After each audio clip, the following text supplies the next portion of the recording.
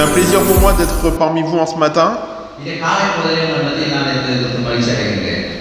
et de partager la parole de Dieu. Permettez-moi de commencer par vous raconter cette histoire qui commence avec en 2010 au Chili.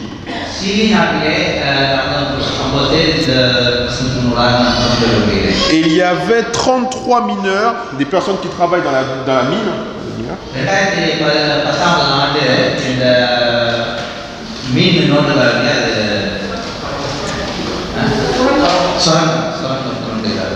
Voilà, et ils se trouvaient dans ce tunnel et malheureusement il va y avoir un éboulement qui va fermer l'entrée de la mine.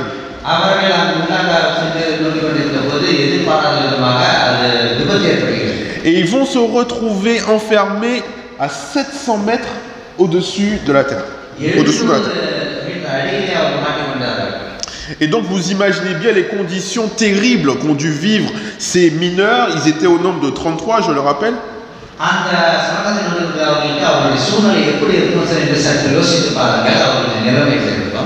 Et donc ils ont dû rationner tout ce qu'ils avaient pour vivre. Ils ont mangé du lait et du thon en conserve pendant 69 jours.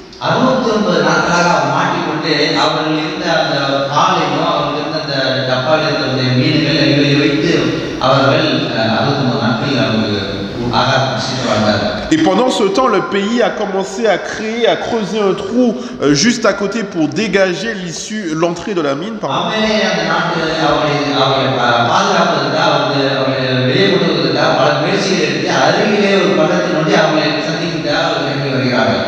Et le 13 octobre 2010, ils ont pu sortir de cette mine.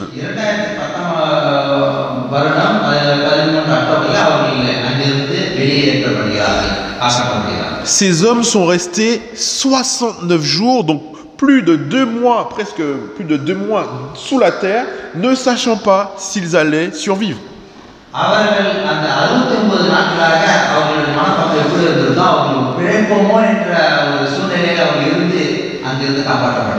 Et leurs histoires ont été partagées à tout le peuple pour les rappeler comment on peut être résilient lorsqu'on est tous ensemble.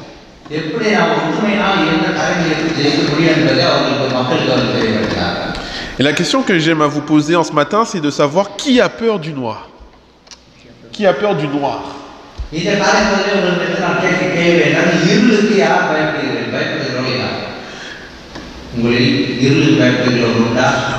Moi personnellement, je n'ai pas peur du noir, mais c'est vrai que lorsque je passe dans un endroit où c'est sombre, je ne suis pas rassuré.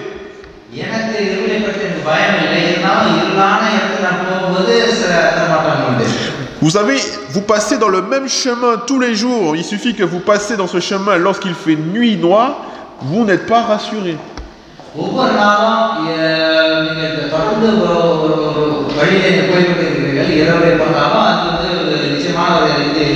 Autrement dit, nous ne sommes pas à l'aise lorsque nous sommes dans l'obscurité.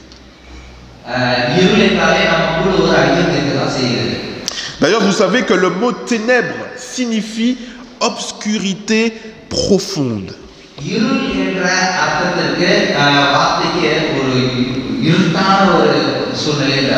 Et dès le début, dans la Bible, dans la Genèse, nous voyons que les ténèbres sont présentes. Et on va prendre le texte de Genèse 1, versets 1 à 4.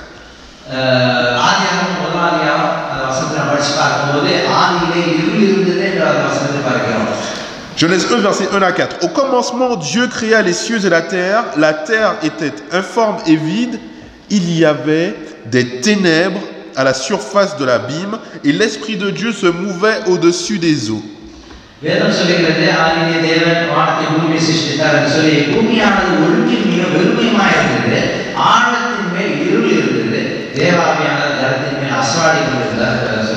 Et Dieu dit que la lumière soit, et la lumière fut. Dieu vit que la lumière était bonne et Dieu sépara la lumière d'avec les ténèbres.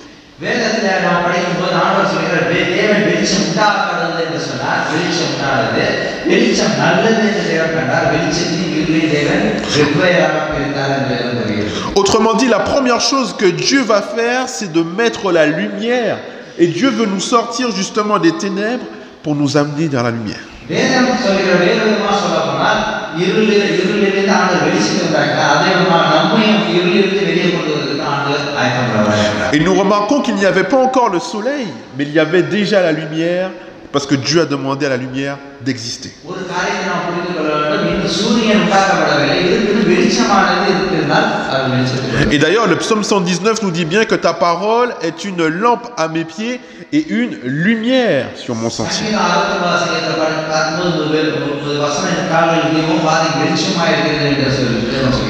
Autrement dit, la présence de Dieu est déjà l'apport de la lumière. Vous savez, le mot ténèbres signifie être sombre, devenir sombre, la lumière qui est faiblie, être dans le noir, être caché, confondre quelque chose ou quelqu'un.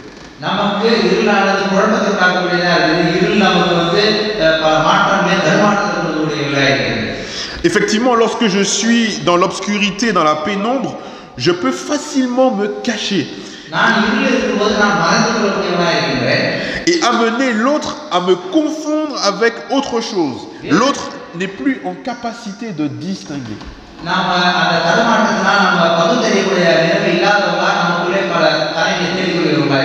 Et là, nous sommes en train de poser les bases de notre réflexion de ce matin.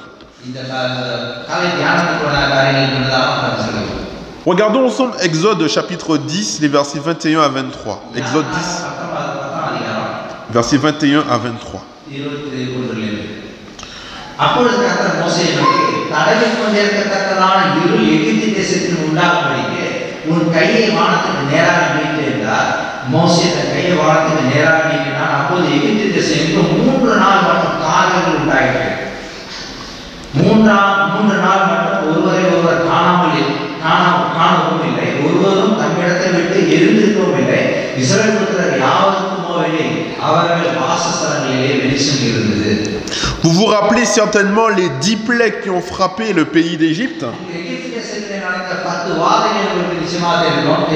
Et je vous énumère les 10 plaies pour vous rappeler. La première, c'était l'eau qui a été transformée en sang.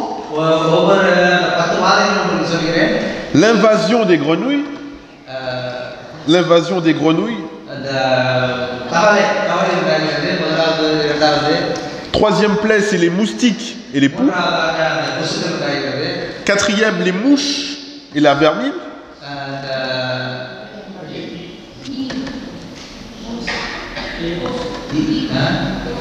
Les mouches.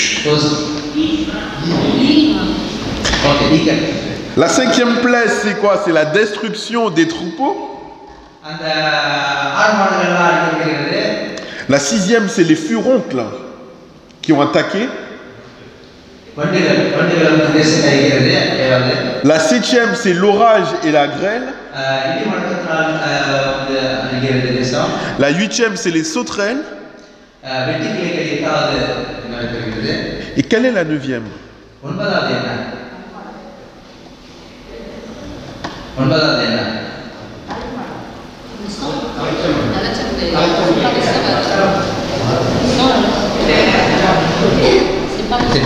Les ténèbres, n'est-ce pas?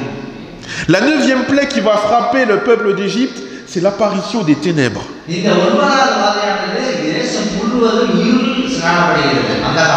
Et la dixième a été la mort des premiers-nés, n'est-ce pas?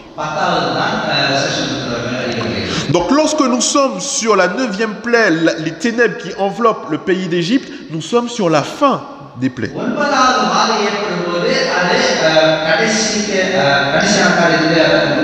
Autrement dit, la délivrance est proche.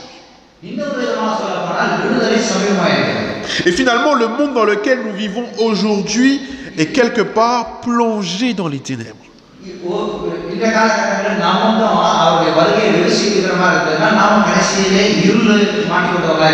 Et peut-être que les ténèbres ne sont pas aussi denses qu'on ne peut pas les sentir, mais ils sont bien présents.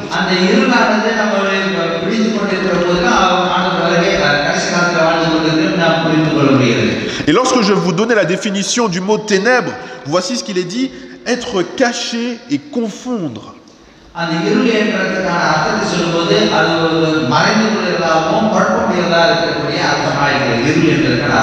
Et ces adjectifs nous font penser à l'œuvre du diable. வேறு விதமாக அந்த சொல்லும்போது பிசாசனுடைய செய்திகளை பற்றி பார்க்கின்றோம். இந்த இருளை பற்றி சொல்லுவோம். Dès le début, le diable a toujours essayé de plonger l'humanité dans les ténèbres. பிசாசனோட ஆதியிலிருந்து மனுமக்களை இருளிலே குழப்பத்திலே அவரை கட்டி வைத்திருக்கக்கூடியவனாக இருக்கிறான். Et il a toujours eu recours à la même chose, à savoir la confusion.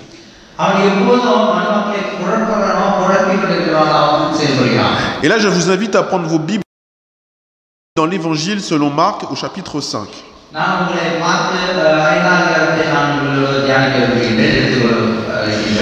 Marc, c'est l'évangile le plus court, mais c'est le premier des évangiles qui a été écrit.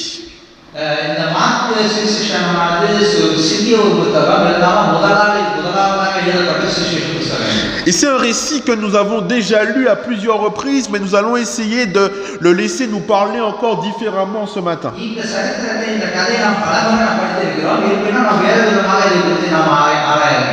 Nous sommes dans l'évangile de Marc chapitre 5. C'est la première fois que Jésus va se rendre en territoire non juif.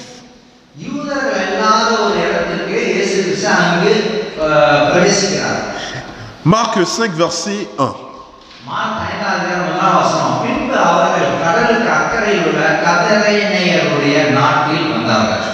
Donc Marc ici va dresser le cadre qui nous intéresse. Jésus se trouve en territoire gadarénien et il est visiblement accompagné. Il n'est pas seul. Parce qu'il est dit, ils arrivèrent avec S.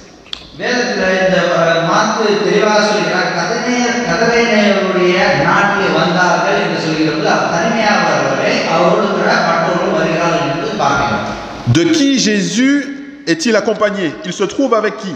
Avec qui? De ses disciples, n'est-ce pas? Regardez bien Marc 5 et la suite du chapitre 4 et regardez avec moi Marc 4 verset 35.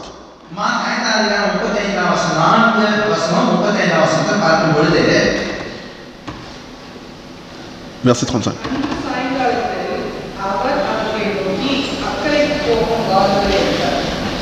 Merci. Les disciples ont eu peur parce qu'ils sont sur l'eau. Jésus va leur dire, passons de l'autre bord. Autrement dit, Jésus parle à ses disciples et leur donne un ordre.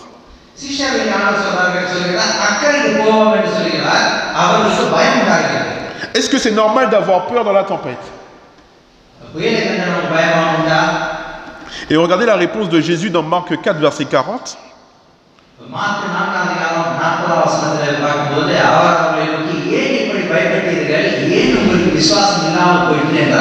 Jésus va dire, pourquoi avez-vous peur? La question nous semble bizarre, parce que c'est normal d'avoir peur alors que les éléments sont déchaînés.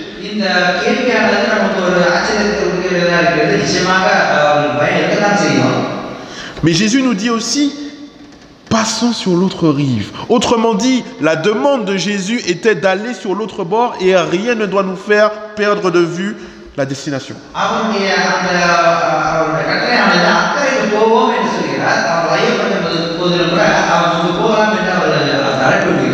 Jésus, alors qu'il se trouve dans cette barque, même si les flots mugissent et écument, il est en paix parce que Dieu est avec lui.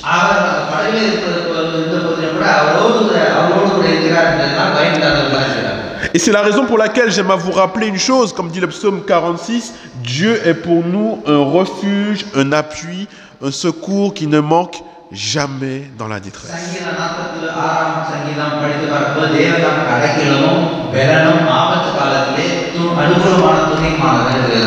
Et donc l'attitude de Jésus au beau milieu de cette tempête, justement, devrait être pour nous un exemple de ce que nous devrions faire au cœur de nos épreuves.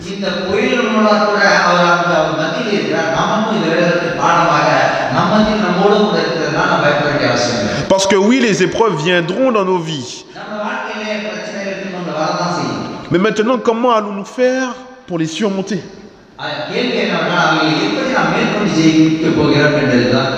Et si vous vivez des épreuves aujourd'hui, je souhaite que vous puissiez être habités de la paix de Dieu. Car notre Père Céleste se tient à nos côtés dans cette barque. Jésus a fait cette demande à ses disciples passons sur l'autre bord. சீஷர்களுக்கு இயேசு கிறிஸ்து சொல்லிய வார்த்தை என்னவென்றால் நாம் அக்கறைக்கு போவோம் என்று சொன்னார். Donc visiblement Jésus a un objectif précis. அவருக்கு ஒரு நோக்கம் ஒன்று இருந்தது. அவருக்கு போவோம் என்ற வார்த்தை நிமித்தம் அவருக்கு நோக்கம் இருந்தது. Et nous sommes maintenant dans Marc 5 verset 1er. Mark 5 வசனத்தில் நாம் இருக்கிறோம். Jésus et ses disciples arrivent sur l'autre rive de la mer, dans le pays des Géraséniens. Et verset 2, regardez avec moi. Sitôt qu'il fut descendu du bateau. அவர் கடலிலிருந்து இறங்கின உடனே அசுத்த ஆவியில் ஒரு மனுஷன் பிரேத கல்லறையிலிருந்து அவருக்கு எதிராக வந்தான். Remarquez bien que dans le verset 2, il n'est plus question de Jésus et ses disciples, mais de Jésus seul. இந்த வசனத்தை பார்க்கும்போது இயேசு சீஷர்களும் என்ற காரியத்தை பார்த்தவரை இயேசு தனிமையாக இருக்கிற இந்த வசனத்தை பார்க்கிறோம். Les disciples disparaissent de la scène et on nous parle de Jésus uniquement parce que c'est lui qui a initié la traversée. அந்த காட்சியை பார்க்கும்போது இயேசு தனிமையாக இருக்கிறத பார்க்கிறோம். அந்த சீஷர்கள் தப்பித்து ஓடிவிட்டார்கள் என்பதை பார்க்கிறோம். Et Jésus, il est à peine descendu du bateau qu'il est confronté à un homme qui vient au-devant de lui. அவர் அந்த படகிலிருந்து இறங்கி வருகிறார். அவரிடத்தில் ஒருவன் அசுத்தாவியில் ஒருவன் வந்து அவருக்கு பேசுகிறார் பார்க்கிறோம். Lisons les versets 3 à 5. மூன்றாவது வசனத்தில் 5ஆம் வசனத்தை வாசிப்போம். அவனுடைய குடியிருப்பு கல்லறைகளிலே இருந்தது. அவனை சங்கிலியினாலும் கட்ட ஒருவனால் கூடாது இருந்தது. அவன் அநேகத்தர விலங்குகளினாலும் சங்கிலியினாலும் கட்டப்பட்டிருந்தும் சங்கிலிகளை முறித்து விலங்குகளை தகர்த்து போடுவான்.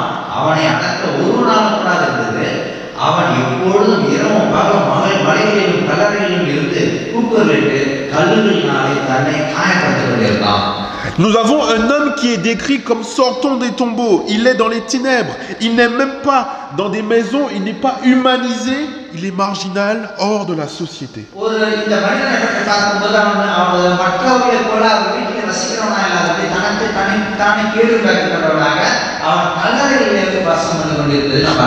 Et le texte nous dit que sa maison est dans les sépulcres. Autrement dit, il est au contact de la mort.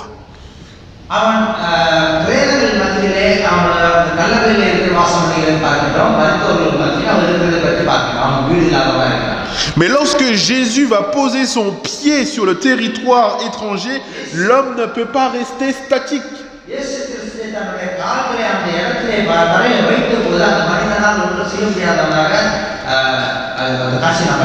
Regardons, lisons ensemble le verset 6.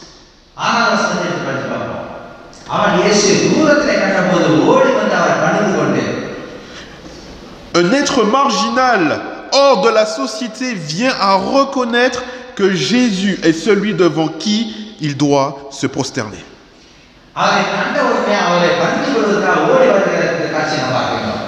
Il y a cette tension énorme entre le fait que cette personne soit sous l'emprise du mal et ne peut rien faire d'autre que de se prosterner devant Jésus.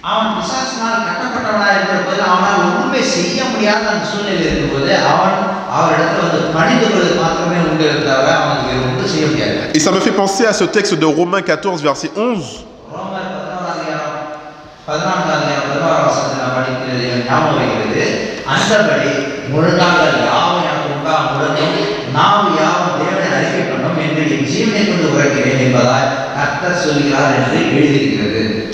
Et cet homme parle à Jésus et crie à Jésus.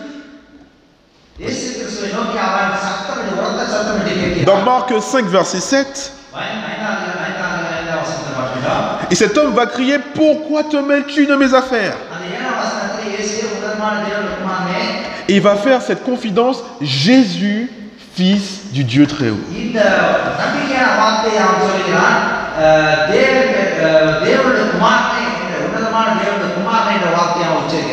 Et il va même dire à Jésus: ne me tourmente pas.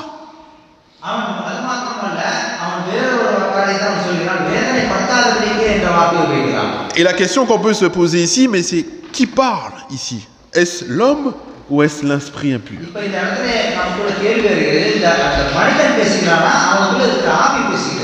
Quand nous lisons le récit comme ça, nous avons l'impression que ce dialogue s'enchaîne tel qu'il est présenté dans le texte. Cependant, lorsqu'on regarde de plus près, vas-y.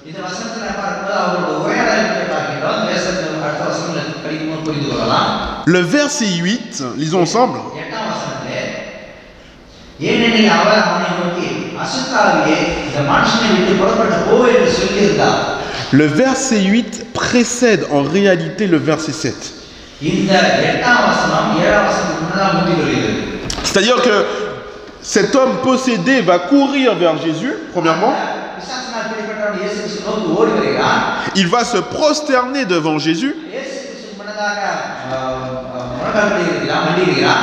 Jésus va alors lui dire, sors de cet homme, esprit impur. இயேசு கிறிஸ்து அவனிடம் சொல்கிறார், அசுத்தாவியை விட்டு நீங்கி போ என்று சொல்கிறார். Et là, l'esprit va dire, pourquoi te mêles-tu de mes affaires? அப்ப அசுத்தாவி சொல்கிறது, என்னை ஏன் துன்பப்படுத்துகிறான்னு சொல்கிறது. Fils du Dieu très haut. உன்னதமான தேவனுடைய குமாரன் என்று சொல்கிறது. Autrement dit, remarquez bien que Jésus vient directement pour délivrer cet homme.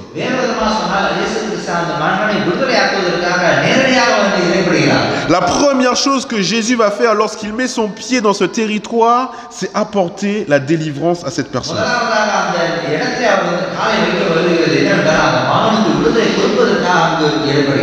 Cette personne qui est dans une grande confusion dans les ténèbres depuis bien longtemps déjà.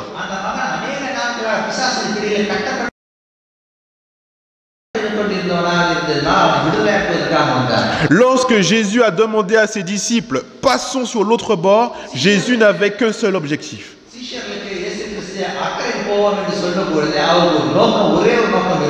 Et j'aimerais dire à chacun d'entre nous en ce matin que Jésus veut venir à ma rencontre.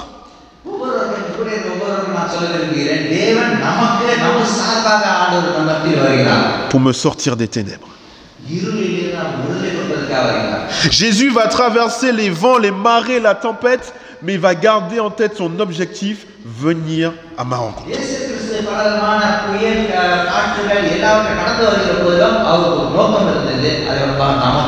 Et lorsque Jésus va dire à cet homme, sors de ce corps, esprit impur,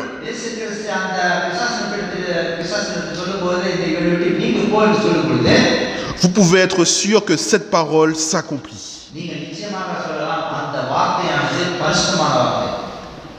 D'ailleurs, lorsque nous regardons l'évangile de Marc, nous remarquons qu'il y a des personnes qui vont reconnaître que Jésus est fils de Dieu.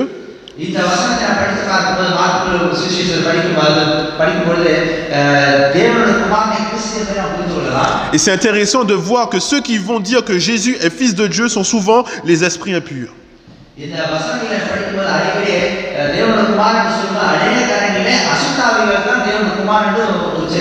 Et ça nous interpelle parce que bien souvent, l'être humain aura du mal à reconnaître que Jésus est fils de Dieu.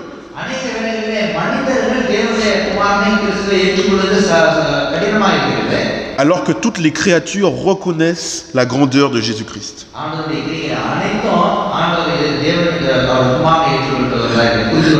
Et la question qu'on pourrait se poser chacun, c'est qui est Jésus pour moi?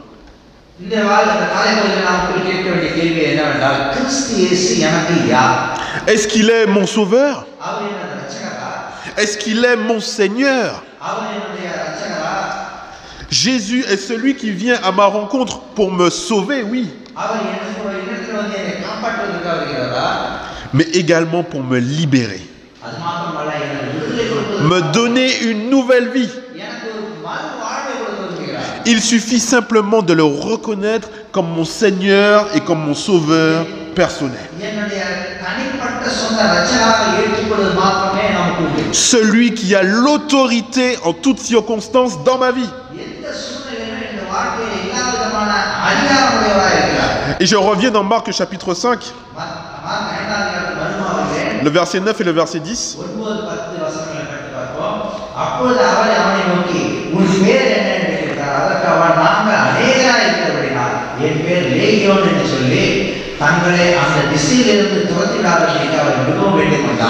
À qui parle Jésus ici?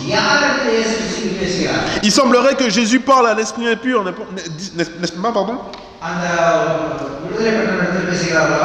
Et en même temps, cette question n'est pas anodine lorsque Jésus la pose. Vous savez, dans un accompagnement thérapeutique avec un professionnel, un psychologue par exemple, que fait cette personne? Elle pose des questions. Pour essayer de connecter la pensée de la personne et pour amener l'autre à verbaliser ce qu'il ressent. அவர் உணர்வதை அவர் வெளிப்பாடாக பேசுவதை அவர் விரும்புவார்கள். Et nous remarquons que cet homme est dans un conflit intérieur. இந்த மனிதன் அவனுக்கு ஒரு குழப்பமான சூழ்நிலை இருக்கிறது. இந்த சூழ்நிலையை இந்த வசனத்துல பார்க்கிறோம். Un conflit spirituel tellement profond qu'il n'est plus en capacité de prendre le pas sur l'esprit. அந்த அவனுடைய வார்த்தை சொல்ல முடியாத ஒரு குழப்பமான அந்த அடிமைக்குள்ளாகப்பட்டவனாக வார்த்தை சொல்ல முடியாதவனாக கட்டுக்குள்ளாக இருந்திருக்கிறான். Et donc la question de Jésus, et donc le dialogue que Jésus va initier avec cet homme, lui redonne son humanité. Là où tout le monde l'avait rejeté, déshumanisé. Et nous voyons que la réponse elle est un peu bizarre. L'homme va dire, mon nom c'est Légion. Car nous sommes beaucoup. Et il y a quelque chose qui m'interpelle ici. Le je et le nous se mélangent, se confondent. Et le nous va prendre le pas sur le je. Et nous avons dit que les ténèbres visent à confondre les choses. L'homme ne sait plus qui il est vraiment. Il ne se définit que par l'esprit qu'il habite. Et regardez avec moi les versets 10.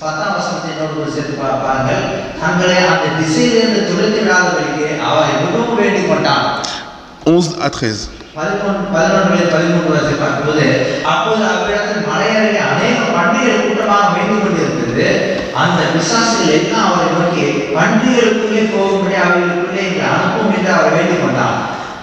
இயேசு அவர்களுக்கு உத்தரவு கொடுத்த உடனே அசுத்தாவிகள் புறப்பட்டு பண்டிகைகளுக்குள் போயின.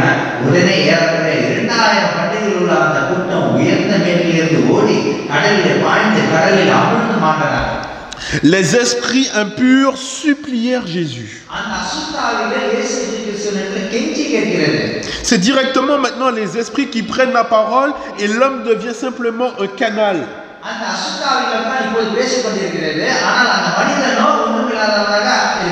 Les esprits impurs vont supplier Jésus d'aller dans des cochons.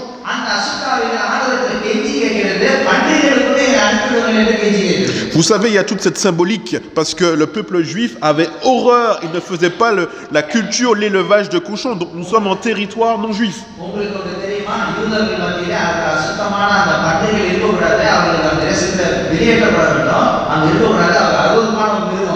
Et le texte nous dit que Jésus le leur permit.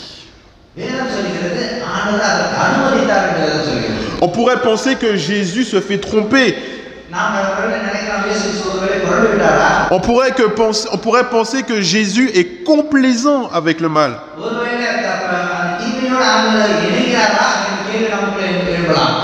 Il n'en est rien car le diable est quoi qu'il arrive terrassé. Le but du diable était de posséder l'enfant de Dieu pour le réduire en esclavage, pour lui faire perdre son humanité.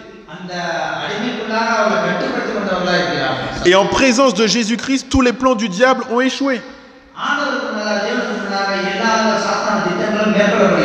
Mais Jésus nous montre ici ce que produit l'œuvre du diable.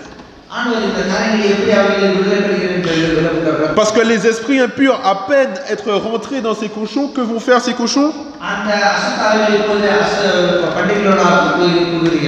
Ils vont aller se jeter du haut d'une falaise. Autrement dit, l'œuvre du diable est toujours la destruction.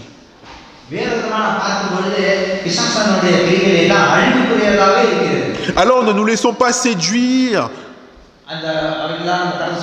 ou endormir. Et c'est la raison pour laquelle Jésus nous demande de veiller et de prier, d'être vigilant et d'être sous l'influence du Saint-Esprit.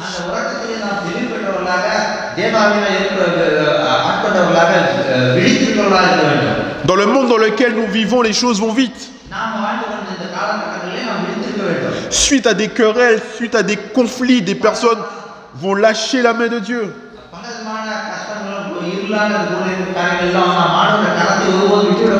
Et c'est la raison pour laquelle la Bible nous dit de ne pas abandonner nos assemblées.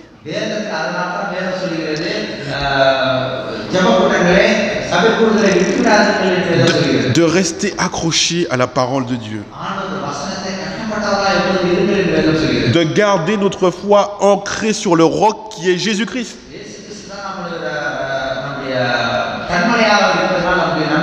Et il y a une chose sur laquelle j'aimerais conclure en ce matin. Marc 5, les versets 14 à 20.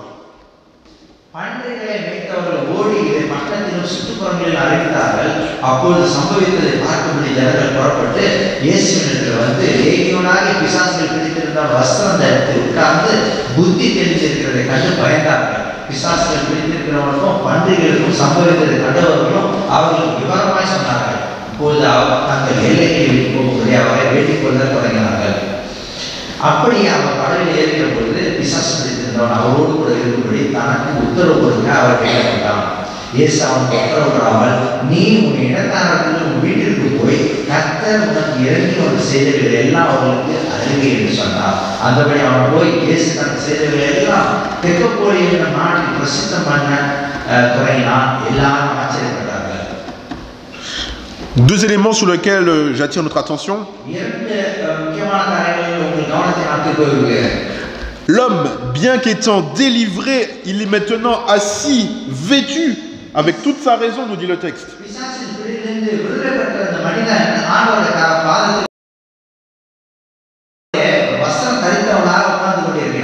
Cet homme fait peur aux citoyens de la ville qu'il avait reconnus d'une autre manière. Deuxièmement, cet homme est toujours qualifié par la foule de démoniaque. Alors que Jésus l'avait délivré. Cet homme qui est sorti des ténèbres et qui maintenant baigne dans la lumière.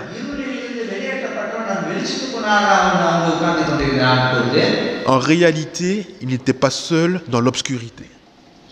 Il n'était pas seul dans l'obscurité.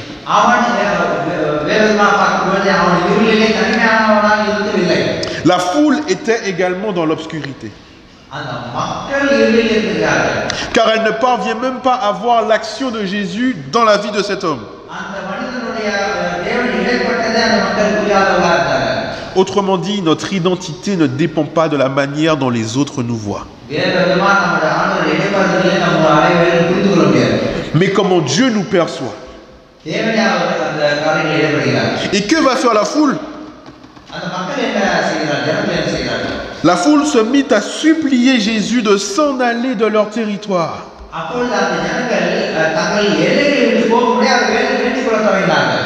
Non seulement la foule rejette Jésus, mais elle a la même attitude que les esprits impurs qui eux aussi ont supplié Jésus de les envoyer ailleurs.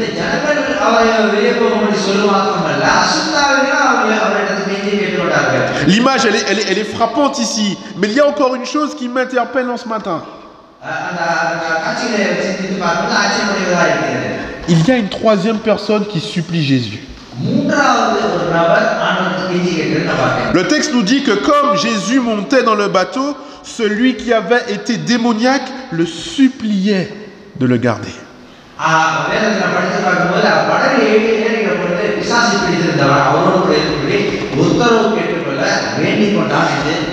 C'est vrai que nous avons demandé, mais le même mot revient pour dire que l'homme suppliait Jésus également de le garder avec lui. Et là où Jésus avait permis aux esprits d'aller dans ses cochons, Jésus nous dit, il ne lui permit pas de le suivre.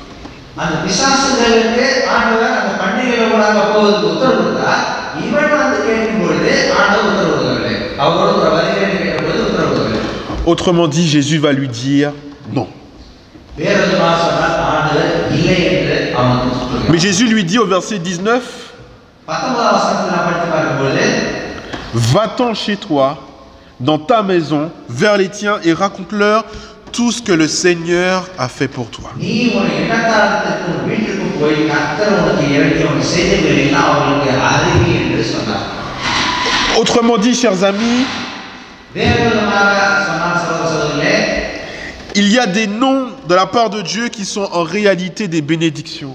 சில வேளைகளில் ஆண்டவர் இல்லை என்று நாம் சொல்லும்போது அது நிச்சயமாக ஆசீர்வாதமாக தான் நமக்கு அமைகிறது. Il y a des noms de la part de Dieu qui sont des bénédictions. சில வேளைகளில் இல்லை என்று ஆண்டவரிடத்தில் வரும்போது அது நிச்சயமாக ஆசீர்வாதமாக தான் நமக்கு அமைகிறது. Dieu peut fermer des portes dans notre vie. சில வேளைகளில் நம்ம ஆண்டவர் சில கதவுகளை மூடலாம்.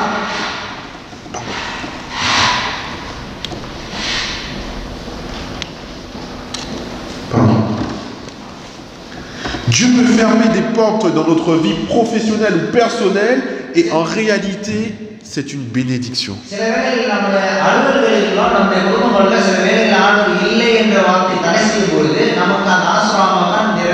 C'est la raison pour laquelle la Bible déclare « Je connais les projets que j'ai formés pour toi, dit l'Éternel. »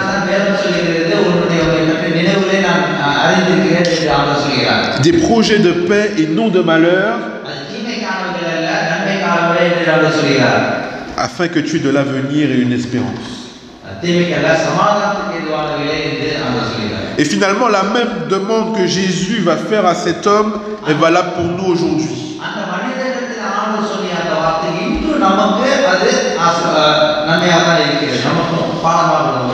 Est-ce que nous sommes prêts à aller auprès de notre famille, auprès de nos collègues, auprès de nos voisins pour leur raconter ce que Jésus a fait pour nous?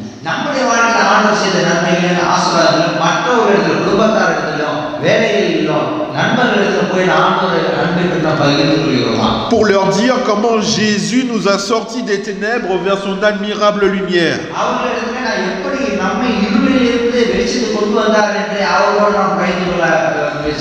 Ayez confiance en Dieu parce que ces personnes qui vous entourent sont déjà prêtes à recevoir une invitation de la part de Dieu.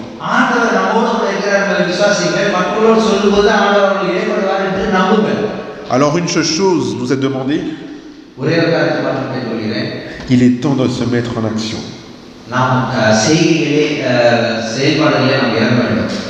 Va et racontons ce que Jésus-Christ a fait pour nous.